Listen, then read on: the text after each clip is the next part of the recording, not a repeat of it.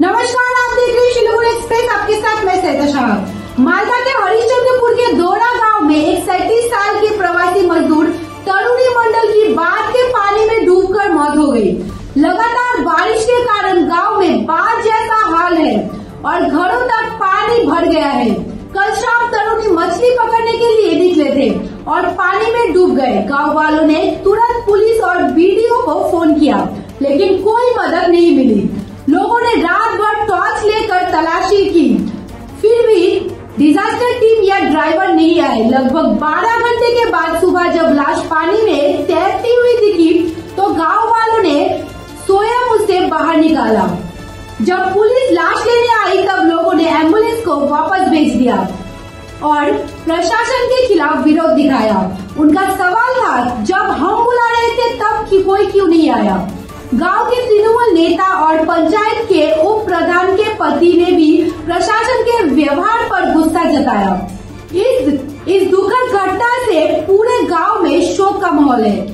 বিক্ষোভ করছিলেন পুলিশের সামনে? বিক্ষোভ করা আমাদের কারণ হলো কি, আমরা একটা জলে একটা লোক ডুবে গেছিল, আমি ফোন করলাম থানায়। কখন ডুবেছিল? কালকে প্রায় 5:30 6টার দিকে।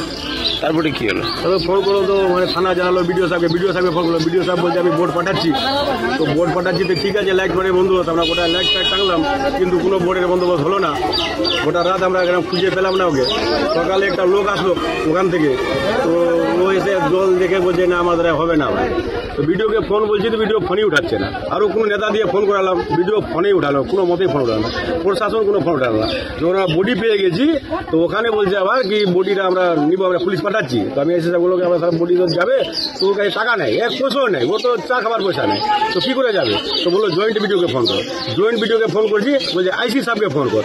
এরকম 2-4 বার করতে করতে তারপরে বডিটা এখানে রেখেছি। এখন পুলিশ এসে আমরা চাইছি কি আমাদের অন্তিম সংস্কার আমরা এখানেই করবো, যে করে হোক চাঁদা টাদা নিয়ে। আমরা প্রশাসনকে বডিটা দিতে চাই না। আমাদের প্রশাসনের উপরে বিক্ষোভ আছে, কি ভরসা নেই আমাদের, মানে গরিব বলে প্রশাসন কিছুই জানে না। যদি এটা বড় লোক হতে প্রশাসন কি বোঝে যেত, রাত্রে ভোট চলে আসতো। কিন্তু আমরা তো গরিব লোক, খেটে খাওয়া লোক, চাষি লোক বলে আসছে না। আপনার নাম? আমরা এখন চাইছি কি আমাদের বুড়িটা আমাদের শ্মশানে ওটা ঠিক করা হোক। পোস্টমর্টম করতে দেবেন না?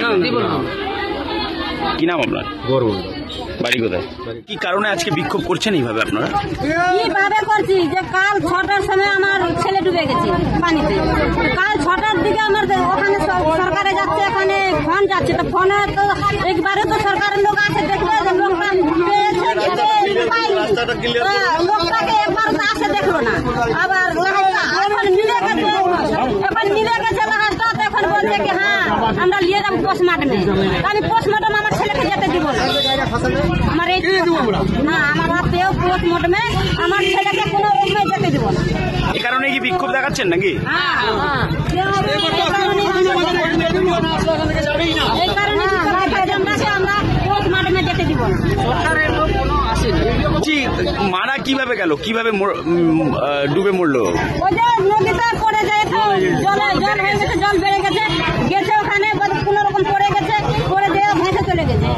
যে বাড়িটা ডুবে আছে ওই বাড়িটা কি ওই যে মারা গেল তাদের? আপনাদের? হ্যাঁ, আমাদের বাড়ি ওটা। তো ওখানে কি জল জমে গেছে? এটা কিসের জল এসছে? এটা বৃষ্টির জল, বন্যার জল।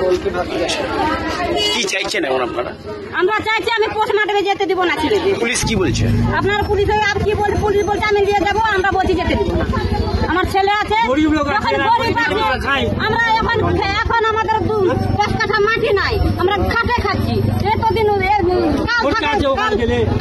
কাল 6টার দিকে ফোন করছিল, কেউ কাছে দেখলাম, আমরা গরিব বলে আসলো না। আর যদি আমার 10 টাকা থাকতো তো আমরা আপনি তো গাড়ি চলে আসতেন। কি করতো আপনার ছেলে? কি করতো? এমনি মাঠে খাটে খাচ্ছে, কি করবো আমরা, জমি জায়গা নাই। আপনার কি নাম? আমার নাম বাসন্তী মন্ডল। আর আপনার ছেলের কি নাম ছিল যে মারা গেল? তরুণী মন্ডল।